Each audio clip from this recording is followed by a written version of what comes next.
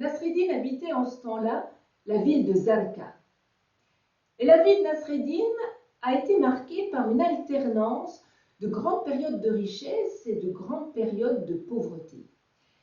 Et là, pour le début de cette histoire, on retrouve Nasreddin au commencement d'une grande période de pauvreté. Nasreddin n'a plus un sou. Et c'est d'autant plus difficile à vivre que quelque temps auparavant, il vivait dans la plus totale opulence, ce qui lui permettait d'ailleurs de côtoyer toute la haute société de la ville de Zalka, de rencontrer le vizir, le sultan, le calife, mais bon. Suite à quelques mauvaises aventures, le voilà complètement ruiné, condamné à traîner des journées entières comme un mendiant dans les rues de la ville, habillé d'une vieille djellaba aussi sale qu'usée, sans plus un sou en poche et le ventre vide. Et ce jour-là, Nasreddin arpente les beaux quartiers de la ville. Et plus précisément encore, il vient à passer le long du mur d'enceinte de la superbe demeure du vizir. Superbe demeure où le vizir, ce jour-là, donne une grande fête. Nasreddin entend fuser les rires, il entend de la musique, et malgré la hauteur du mur, une bonne odeur de mouton grillé vient lui chatouiller les narines. Et Nasreddin, qui n'a pas mangé depuis quelques jours, commence à nourrir l'espoir de participer lui aussi à cette grande fête. Donc il continue à marcher le long de ce grand mur, et tout en marchant, il se dit, oui, c'est vrai, si cette fête avait eu lieu quelques semaines auparavant, nul doute qu'il aurait été invité à cette fête. Il connaît d'ailleurs certainement tous les invités qui sont là en train de se réjouir. Il fréquentait il n'y a pas si longtemps le vizir lui-même, il le connaît bien. Nasreddin continue à marcher, il continue à réfléchir, et il se dit, mais après tout, un homme riche ou un homme pauvre, c'est toujours un homme, non? Donc Nasreddin riche ou Nasreddin pauvre, c'est toujours Nasreddin. Bon, alors il n'y a vraiment aucune raison qu'il ne participe pas à cette fête-là. Et donc, à force de marcher et de réfléchir, il arrive là devant la grande porte cochère où se tiennent deux gardes. Et quand les gardes voient arriver Nasreddin habillé comme un mendiant, il ne bouge pas d'un poil, pas d'un centimètre. Mais au même instant, arrive par l'autre bout de la rue un jeune homme. Un jeune homme sur un pur sang arabe, un jeune homme magnifiquement habillé. Et quand il arrive devant la porte cochère, alors là, aussitôt, les portes s'ouvrent en grand pour le laisser passer. Et Nasreddin, lui, en profite pour s'introduire discrètement à l'intérieur de la propriété du vizir. Et par l'odeur alléchée, il se dirige immédiatement vers les cuisines. Alors il arrive là, dans les cuisines, ça va, ça vient dans tous les sens, personne ne l'a remarqué. Les serviteurs sont là, occupés à découper quelques beaux et gras moutons, et Nasreddin se retrouve devant un plat, une montagne de morceaux de mouton grillés, ruisselant de graisse, parfumé par les épices. Oh, Nasreddin ne peut pas résister. Mais au même instant, il se sent happé vers l'arrière. Deux colosses viennent de le saisir par les épaules et l'arrière-train, ils le soulèvent de terre, ils lui refont faire le trajet dans l'autre sens, et sous les sarcasmes et les rires des invités, et sur les ordres du vizir, les deux portes s'ouvrent en grand, et on balance Nasreddin au milieu de la rue comme un vulgaire malpropre. Nasreddin se relève, il est couvert de poussière, couvert de bleu, mais il est surtout écœuré par une telle attitude et bien décidé à ne pas en rester là. Alors il fait demi-tour et il se dirige vers le souk. Et là, dans le souk, il rentre dans la première petite boutique d'habits. Alors vous imaginez une petite boutique dans un souk. Vous avez ici des étagères sur lesquelles sont empilées des sarouals, les tuniques, les chemises.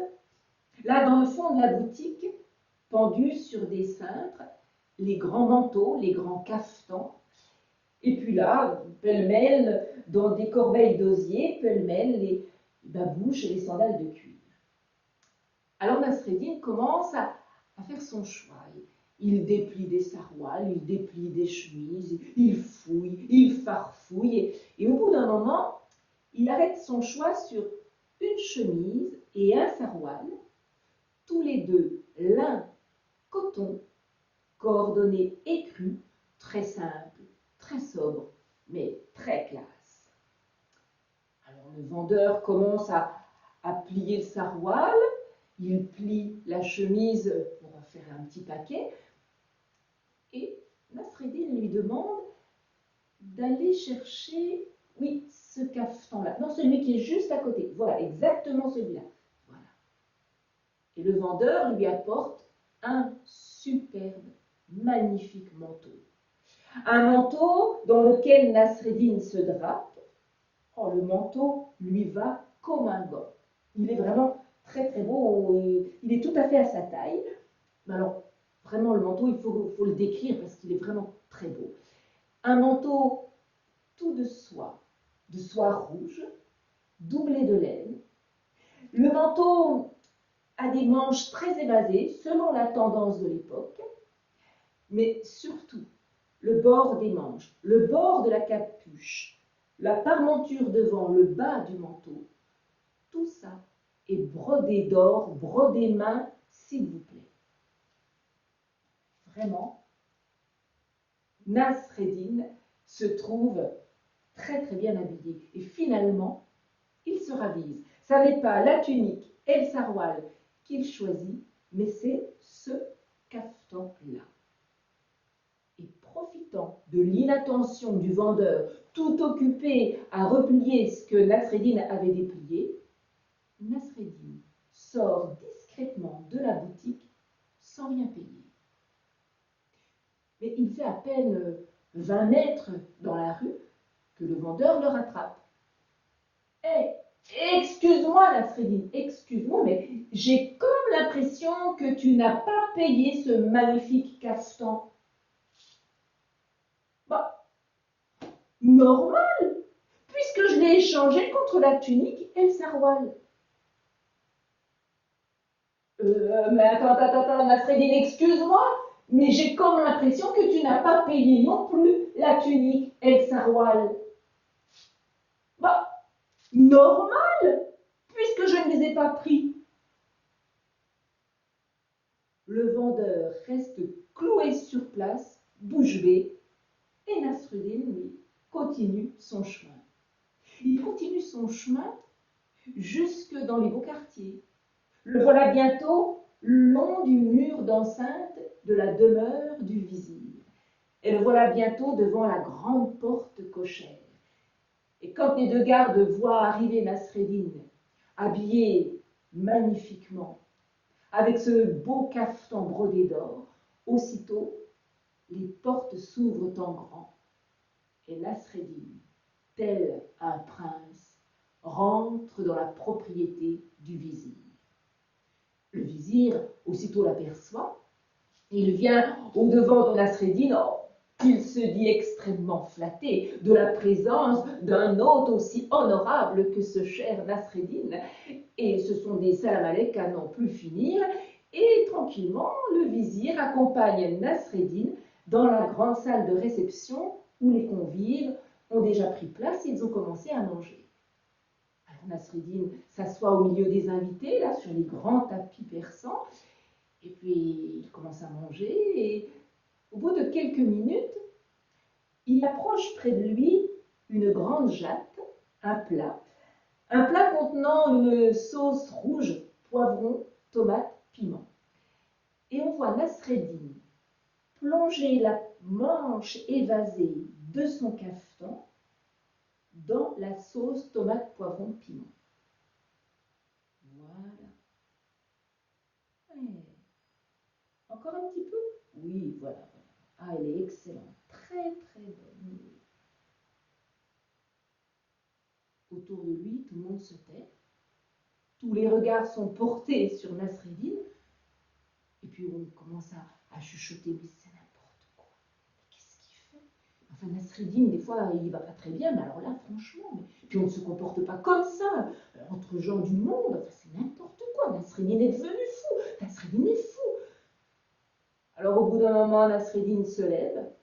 Il regarde là tous les invités, il regarde le vizir et il leur dit: mais non, je ne suis pas fou. Il est tout à fait normal que je donne à manger à mon cafetan. Parce qu'aujourd'hui, l'invité, ce n'est pas moi, c'est lui.